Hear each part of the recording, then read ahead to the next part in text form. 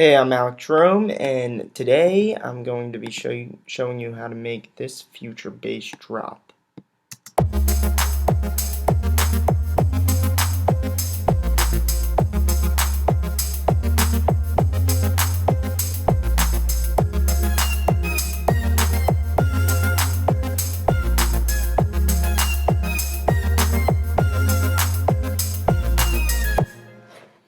Alright, so what I'm basically going to do is I'm going to recreate everything. So first thing I'm going to do is make the bass line. Now, if you notice, that is an 808 bass line, so it's something you'd hear most typically in a trap song or a future bass song. It's very simple though. So what I did to create this is I opened up Sylenth 1, put a sine wave on here, open these just a little bit, and that's pretty much it. Put sustain, let me put sustain up a little bit. Up high it sounds like this. So just kind of like a little pluck, and then I distorted the sound. So it's kind of a little bit, what do you call it? It's a little bit thicker. It's not as like thin when you don't use distortion on an 808, especially. It's a very small 808. You want to make your 808 as big as possible. So it looks like the notes I used here were right here, and then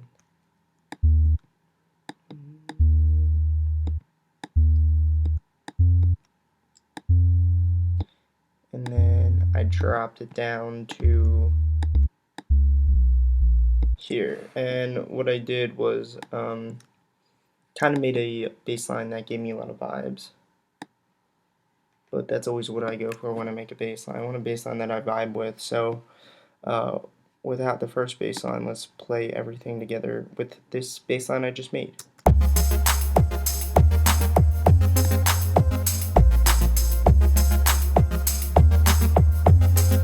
Now all I have to do is sidechain it to the kick, and that will make everything better. So I'm going to sidechain it. I added the kick to bus 5, as you see right here. So any signal coming out of bus 5 will move this bass line out of the way for it.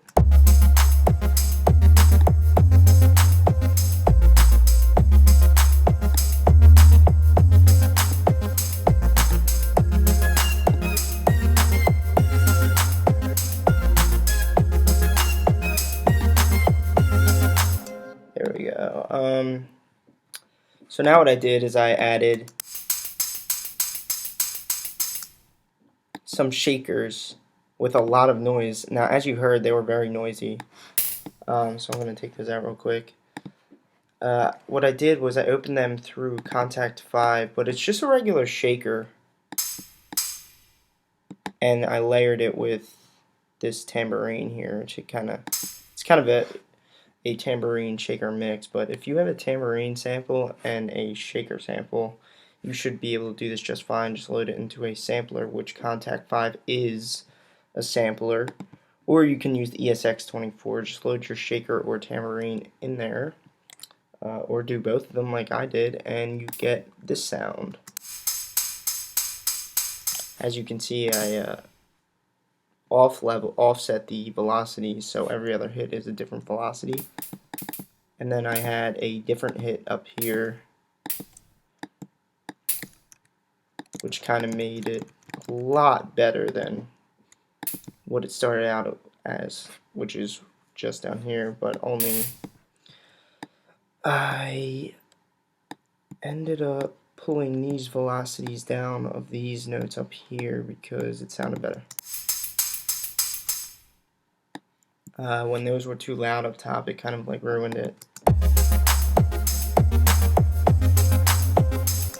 I would like more spread on those, but that would take a little bit of time, so I'm not going to get into that. So what I did right here for these voices is I just chopped these little vocal cuts out of the Invincible acapella stem that I got from the Invincible remix contest, and it began like this. Oh wait. So it's basically a chop out of when she, like the whole, yeah, so I just did that, and then first thing I did was I transformed the voice to get a different note with the vocal transformer that comes with Logic, and I upped the formant on it right there, and I added Space Designer. Don't think I did much with that. Yeah, I didn't do much, just added the length a little bit, and upped the volume of the reverb. Then I added delay on a 1/4 time, and the repeat I put up to 93%, and the wet to 78%. So now it sounds like that with the echo.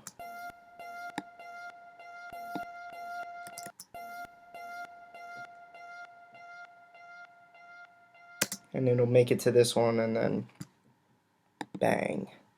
Then I compressed it, obviously. I sidechained it to the kick to get out of the way of this kick. And this is the kick that I used.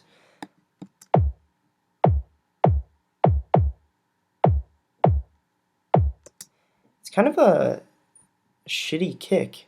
It's not that nice.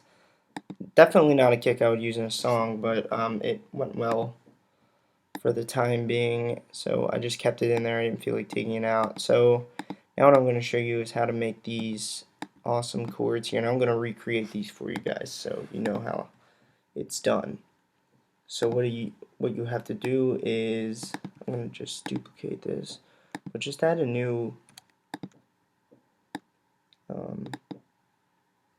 layer or track or whatever. I'm going to leave this compressor on because it's sidechaining them to the kick.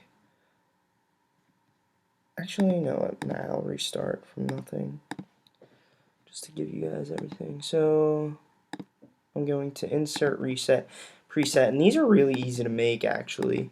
What I'm going to do is I'm going to take them from up here just to save the time from putting the notes in, but these are the notes that I used. So here's it without the preset made.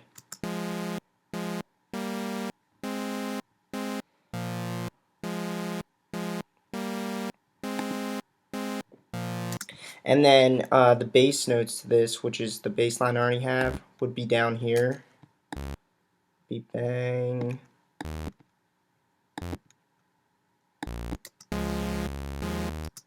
Oh no. It's bigger than that, I forgot. So it would look like that with the bass line. Shit.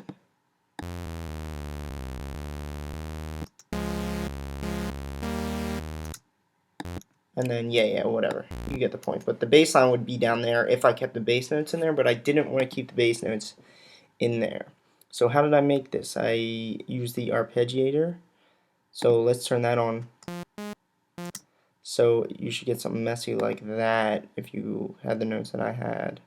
But I went to chord, and then I put the time up to 16. So now I'll show you what it sounds like with like this.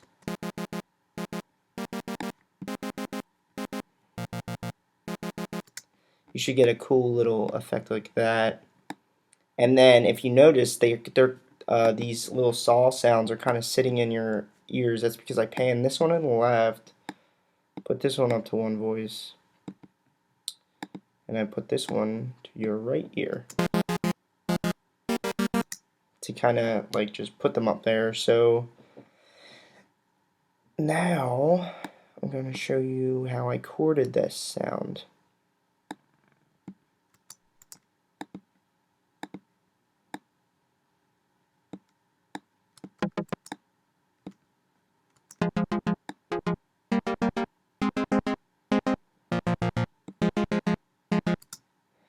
So it's something like that. But I actually think that I had that all the way open, and you know what? Yeah, you know what? Fuck it. I'll just keep it on there. Because I don't think I ended up using the modulation envelope, but I do remember doing it.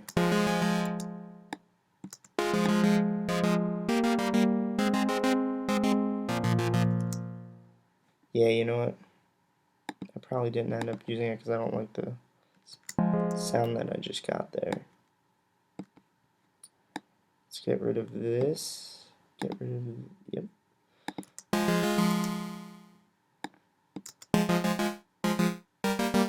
That's closer to it, but then I went to gate and then I turned it down here. And what gate does is if you turn this all the way down, it makes kind of the signal really short. So if you have that really short and you open up a little bit of release.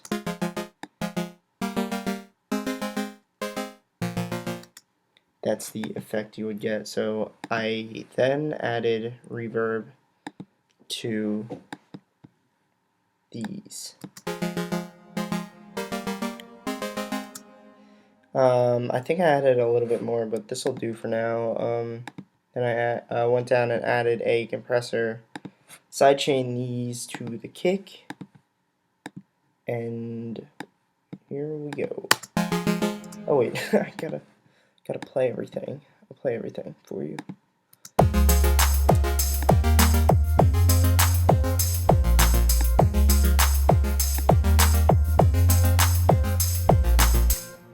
There you go, guys, and so that's those chords. So now, what I'm gonna do is show you the, oh yeah, and the clap, it's pretty self-explanatory. So the next sounds I added for the second half were these guys.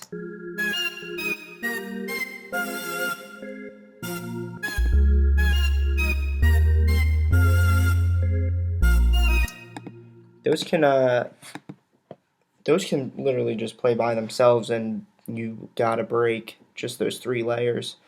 I mean, I would totally listen to that song if this was the break. It's just very chill and nice to listen to, but that's not what I did here. I added them as an addition to this drop.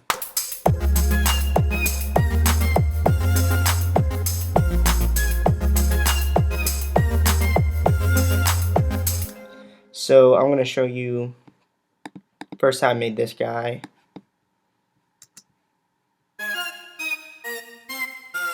This is like my favorite lead in the world. Well, it was my favorite lead in the world. It's not no more. But here we go. It's very complex too. I did a lot of things. As you see, I have some vibrato here, but I don't have any. I don't think this is doing anything, but there is a lot of resonance. But there isn't any cutoff. But there is resonance. So first thing I did is I added a sine wave, put it up to 8 voices, and left the reach-trigger on, and put the octave up 2. This you don't have to do anything here. Octave is up 1 octave here, and I have the small pulse wave with 8 voices, and it's detuned to this. And all of these really matter. So if you're trying to get this exact sound, you really have to pause your screen and do exactly as you see here, because this sound changes when you move these knobs just a tiny bit. It's one of those like delicate sounds that you can really fuck up easily if you touch one of these knobs. So this is how I had this oscillator set up with a detune a little above 3 o'clock. Wait, that's not 3 o'clock, that's 9 o'clock. 8 voices. Yeah, there we go. So that's pretty much it for this side, I believe. I'm checking it out. Oh yeah, and I turned mono legato on because I wanted it to be bendy for the times I want. We'll have it bend, and then I turned the phaser on. And then I don't know what I did in terms of what it looks like when it's initialized. So you can just pause your screen and get that. Then I turn the chorus on. Again, I don't know what this looks like when it's initialized, but these are the this is the ending result after I messed around. Reverb doesn't look like I touched it much, besides I turned the pre-delay down. Damp I turned up, besides I probably turned down. Turned the reverb volume up. And I put a compressor on, which is funny because I don't use this compressor on anymore, which it means I probably made the sound a long time ago. So on the part B, I put the little pulsar on and took this down 1 octave, which gives it that low end. If you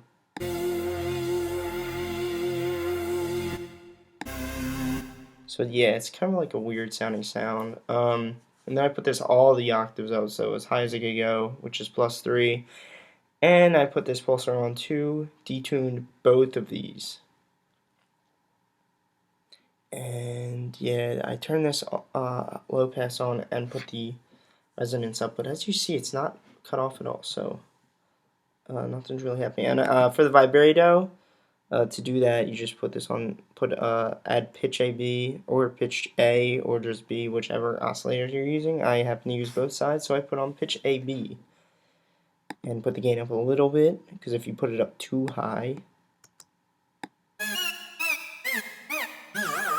you get something crazy. So yeah, just put that back down where it was. You want to be delicate when you're making a vibrato sound. Polyphony I left at 3, but yeah, that's how I made that sound. It's really complex, so definitely pause your screen to get the exact things. And then this is a simple sound I layered under here.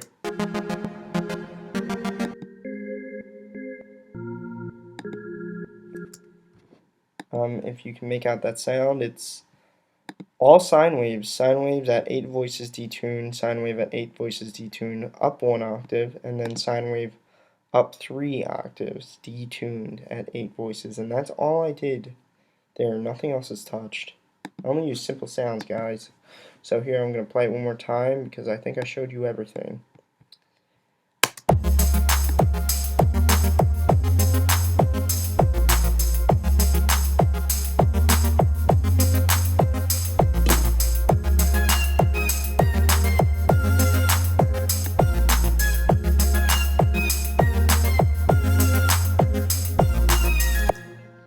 Alright guys, thanks for watching.